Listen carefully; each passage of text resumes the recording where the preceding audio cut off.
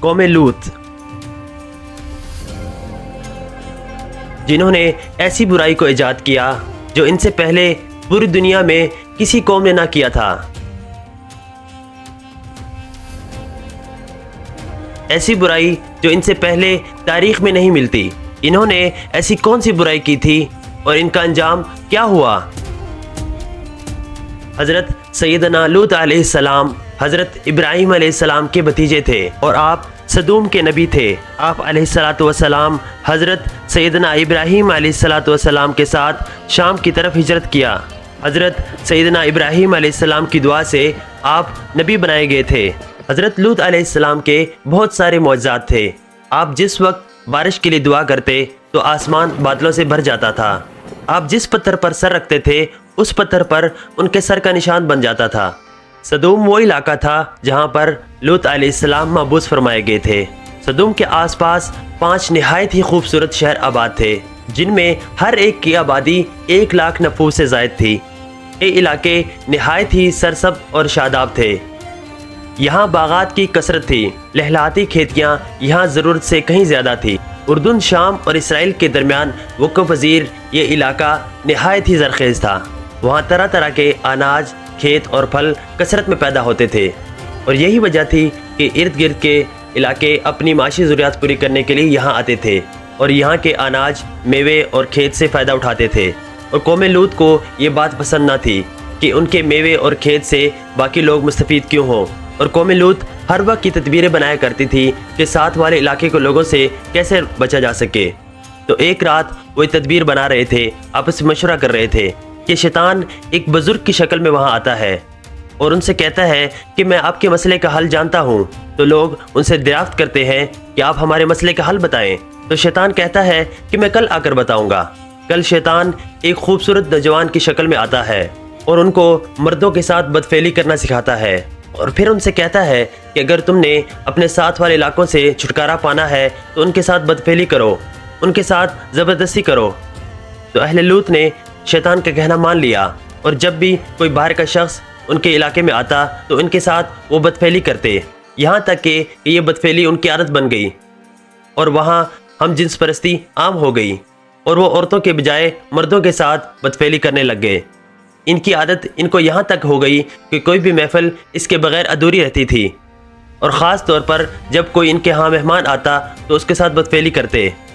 حضرت لوط علیہ السلام نے ان لوگوں کو ایک خدا کی دعوت دی اور اس بدکاری سے منع فرمایا، لیکن ان لوگوں نے حضرت لوط علیہ السلام کی بات ماننے کے بجائے ان کو برا بھلا کہا۔ حضرت لوط علیہ السلام نے اپنی دعوت جاری رکھی اور ان کو ایک خدا کی دعوت دیتے رہے اور ان کو بدکاری سے منع کرتے رہے۔ آخرکار اہل علاقے والے جب ان کی دعوت سے تنگ آ گئے تو ان کو دھمکیاں دی کہ اگر آپ اس دعوت سے باز نہ آئے تو ہم آپ کو علاقے سے نکال دیں گے۔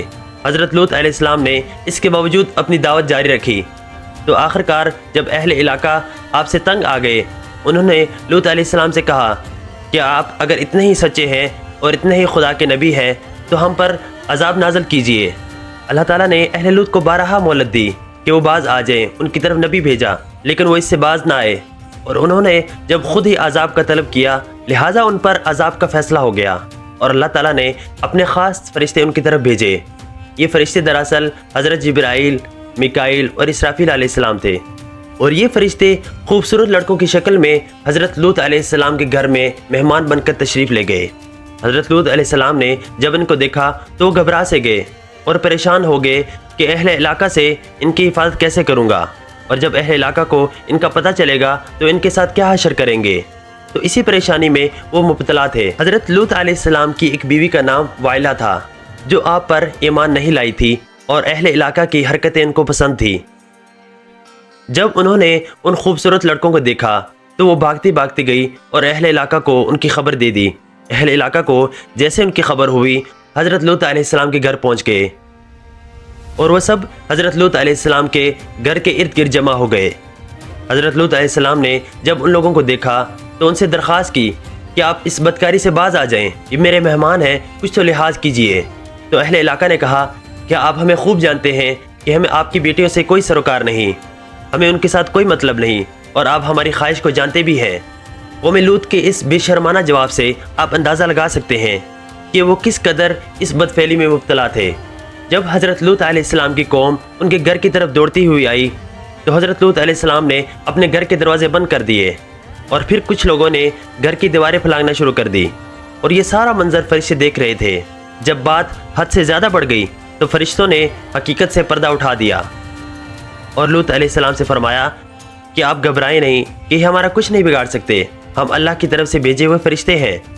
اور حضرت لوط علیہ السلام سے فرمایا کہ آپ اپنے گھر والوں کے ساتھ اور اہل ایمان والوں کے ساتھ یہاں سے ہجرت کر لیں، ان پہ عذاب نازل ہونے والا ہے۔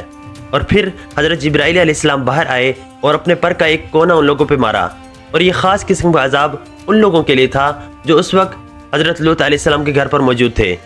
پھر حضرت جبرائیل علیہ السلام اس شہر کی 5 بستیوں کو اپنے پروں پر اٹھا کر آسمان کی طرف بلند ہوئے، اور کچھ اوپر جا کر ان بستیوں کو زمین پر الٹ دیا۔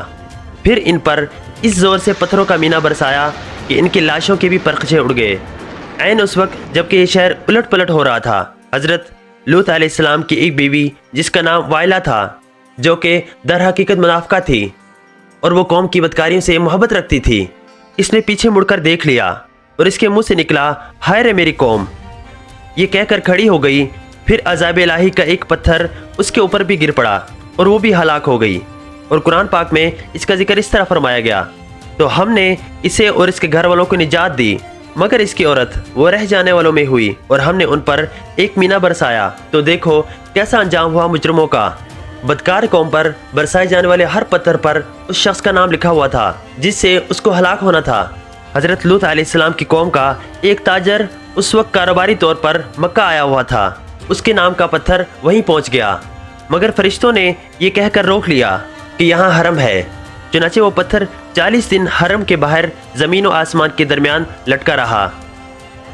جو ہی وہ شخص فارغ ہو کر حرم سے باہر آیا، وہ پتھر اس پر گرا اور وہیں ہلاک ہو گیا۔